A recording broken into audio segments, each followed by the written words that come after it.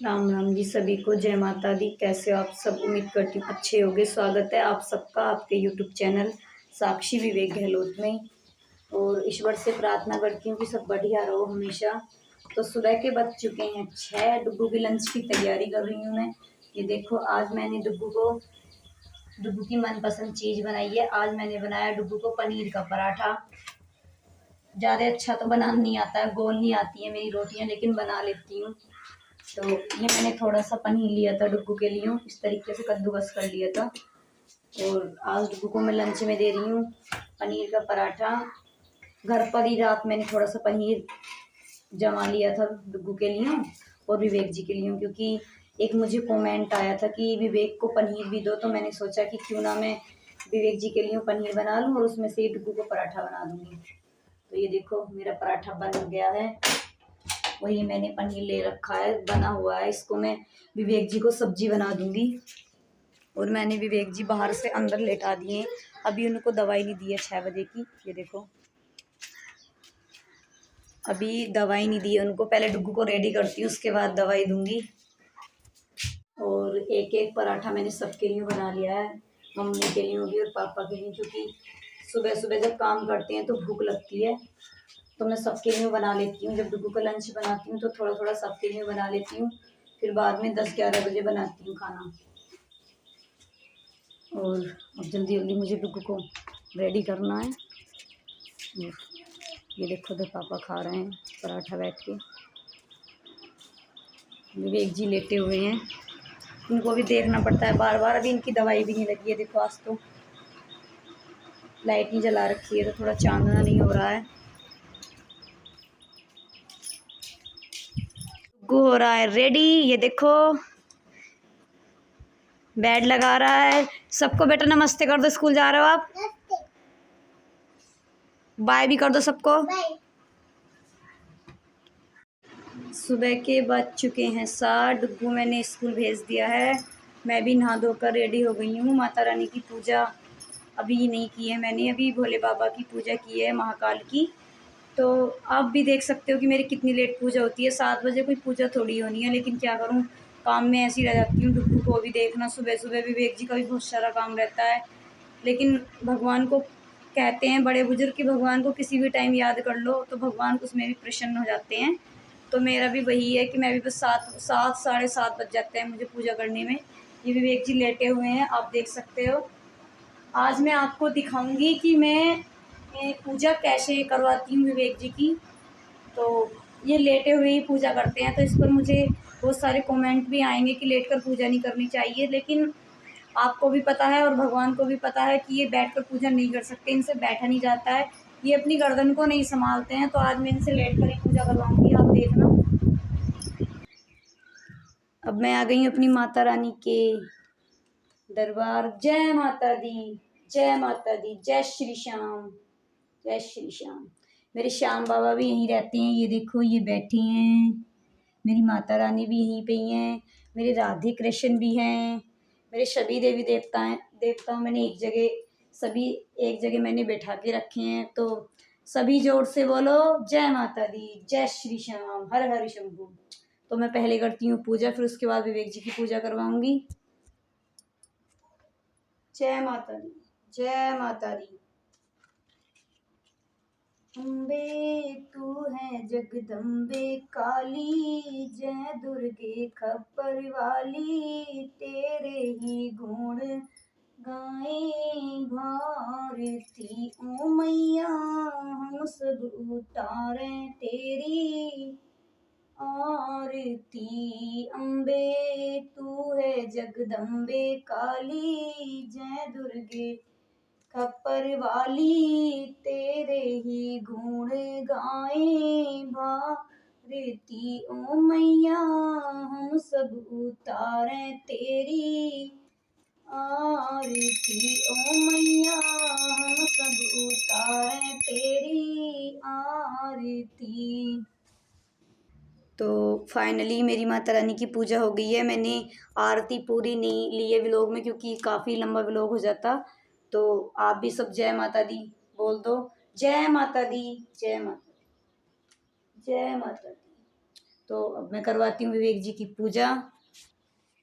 मैंने विवेक जी के कमरे में एक छोटी सी मूर्त लगा रखी है माता रानी की, तो मैं उन वहाँ से ही उनकी पूजा करवा देती हूँ। मैं आपको दिखाती हूँ। आज सभी दर्शन कर लो सुबह सुबह माता रानी के। ये देखो, मैं यहाँ से ही पूजा करवाती हूँ विवेक जी की। जय श्री श्याम, जय माता दी। मुझे ये माता रानी को डेली यहाँ से यहाँ पे लाना पड़ता है विवेक जी के पास, तब जाके पूजा होती है। तो इस तरीके से तो आप सब देख सकते हो, इस तरीके से माता रानी की पूजा करवानी पड़ती है विवेक जी से। और यहाँ से मुझे इन्हें माता रानी को इनके पास लाना पड़ता है, मैया को। तो प्लीज़ कोई गलत कमेंट मत करना, क्योंकि ये तो माँ भी जानती है कि विवेक जी पूजा नहीं कर सकते हैं, तो इस वजह से माता रानी को मुझे इनके पास लाना पड़ता है। सभी बोलो मिलकर जय माता दी। विवेक, चलो पूजा कर लो माता रानी की। हाथ उठाओ जल्दी से, हाथ उठाओ, हाथ उठाओ माता रानी की तरफ, हाथ उठाओ। तो ऐसी बोलो जय माता दी, जल्दी बोल दो, हाथ उठा के जय माता दी। तो हाथ में दो मिलके प्लेट, आरती करवानी है।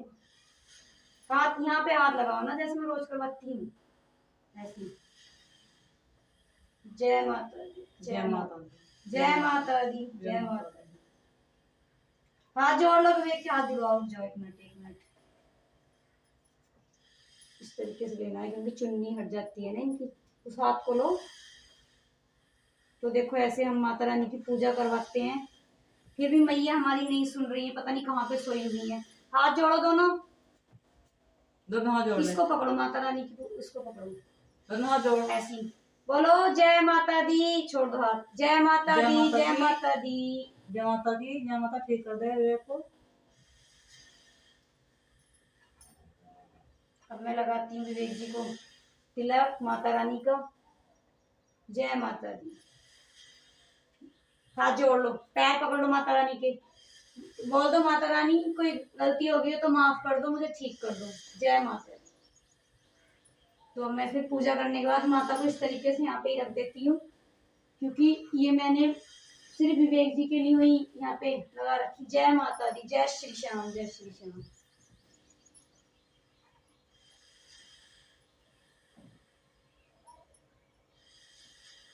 देखो विवेक जी ने भी हाथ जोड़ रखे हैं माता रानी के। माता रानी की पूजा करते हैं, ये भी पता तो है, लेकिन बेचारे क्या करें, मजबूर हैं। तो इस तरीके से ही हमारी माता रानी की पूजा होती है। माता रानी की पूजा मैंने करवा ली है विवेक जी से। अब मैं इसको वहीं पे ही रख दूंगी जहाँ माता रानी का स्थान है।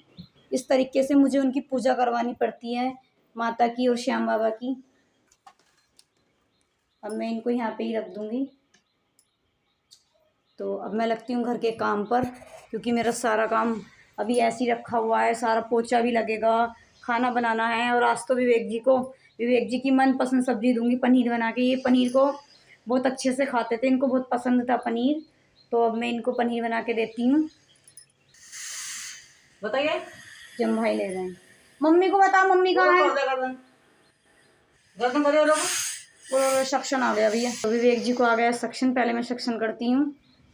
सुबह के बज चुके हैं 9 और ये देखो मैंने इतना सारा काम कर दिया है।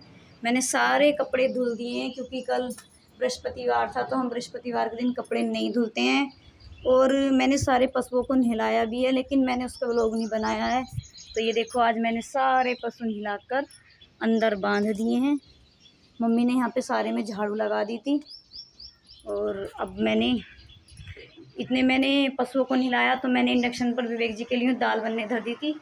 अब हो रहा है दाल का पानी ठंडा। ये विवेक जी को दूंगी मैं, 9:30 बजे इनको दवाई लगेगी। ये लेटे हुए हैं, इधर इनकी बोतल लग रही है, आप सब देख सकते हो। ये देखो बोतल लग रही है विवेक जी के, क्योंकि इनको 10 दिन तक इंजेक्शन लगेंगे। तो बोतल लग रही है। दिन में सुबह को लगते हैं, सुबह को इस टाइम लगता है 9 बजे, फिर दोपहर को 3 बजे, फिर रात को 8 बजे। 3 टाइम इंजेक्शन लग रहे हैं इनके। को पास से दिखाती हूँ। ये विवेक जी के दवाई लग रही है। ये स्टैंड विवेक जी की दवाई लगाने के लिए भी काम आ गया है। तो मैं आपको दिखाती हूँ। ये देखो 3 टाइम लगने होते हैं ये। NS के इसमें लग रहे हैं इंजेक्शन, बहुत हैवी इंजेक्शन है, उसकी वजह से तो विवेक जी आँखें नहीं खोल पा रहे हैं। आप देख सकते हो यहाँ पे लग रहा है। मुझे बहुत डर लगता है इसको यहाँ से हटाने में, लेकिन क्या करें, हटानी पड़ती है। ऐसा लगता है कि कहीं खून ना आ जाए। तो ये विवेक जी आधे नींद में हैं और आधे जाग रहे हैं। ये माता रानी का मैंने तिलक लगाया था, सुबह पूजा करी थी। अब मैं देती हूँ इनको दवाई, क्योंकि मेरे दाल का पानी हो गया है ठंडा। तो फाइनली विवेक जी का दाल का पानी मैं ले आई हूँ और ये मैं इनकी पीसती हूँ दवाई। अब इनको दवाई देती हूँ, दवाई पीस कर और दवाई दे के फिर मैं बनाती हूँ खाना। अभी मेरी सब्जी भी नहीं बनी है, अभी तो घर का सारा काम पड़ा है। बस पोछा लगाया और बर्तन धुले और पशुओं को नहलाया है, बस ये काम करा है अभी मैंने सुबह से। और डुग्गू स्कूल भेजा है, फिर इनका मालिश होगा विवेक जी का। ऐसे ही रह जाते हैं पूरा दिन। दवाई बाद में दूंगी, पहले मैं विवेक जी की हटाती हूँ। ये हटाती हूँ, ये सारी अब लग गई है दवाई इनकी। वाइश वाइश रुक जाओ, आराम से हटाऊंगी, आराम से आराम से। हाथ सीधा करो थोड़ा, बहुत आराम से हटाऊंगी, खुद ही नहीं आती है नहीं। दर्द मुझे होता है, ऐसा लगता है कितना दर्द हो रहा होगा इनको। वाइश वाइश रुक जाओ, बस। बहुत अच्छी है ये तो कहना मानते हैं। अब इस हाथ को अपना ऐसे रख लो, यहाँ पे है ना, यहाँ पे रख लो आराम से, बस बस। तो विवेक जी की दवाई लग गई है सारी। अब मैं जल्दी से इनको करवट दिलवा के तो काम करती हूँ। पूरा दिन ऐसे रह जाता है, कभी कुछ कभी कुछ कभी कुछ, यूं ही सारा काम ऐसे रहता है। मैं थोड़ा बेड ऊपर करती हूँ, फिर उसके बाद देती हूँ उनको दवाई।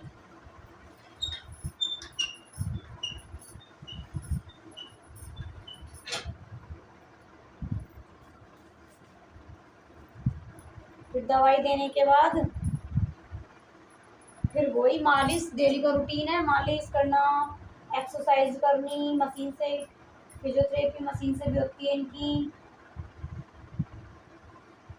तो ये देखो ये जा रहा है इनको दाल का पानी। मैं यहाँ पे बैठ कर आराम से दे देती हूँ इनको। दाल का पानी जा रहा है नाक से।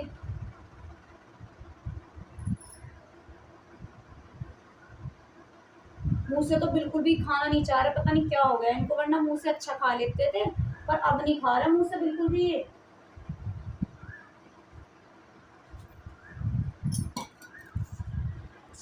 तो फाइनली ये देखो विवेक जी को दवाई लगने वाली है, और अब मैं फिर डालती हूँ इनकी आंखों में दवाई। उसके बाद क्योंकि इनकी आंखों की दवाई भी डालनी है, अब मैं डालती हूँ थोड़ा सा पानी, जिससे कि ये दाल का पानी अच्छे से अंदर पहुँच जाए। तो ये दवाई भी। आंखें तो खोल लो भाई विवेक, आंखें खोलो, आंखी खोलो भाई जल्दी से।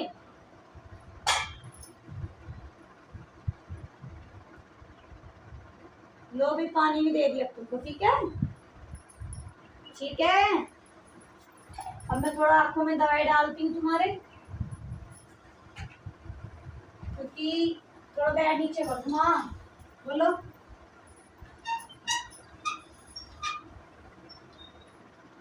बाईश पैर नीचे हो गया। अब मैं डालती हूँ अपने विवेक जी की आंखों में डब्बी डब्बी। जाके डुगू कहता मम्मा डब्बी दे दो मुझे, ऐसे।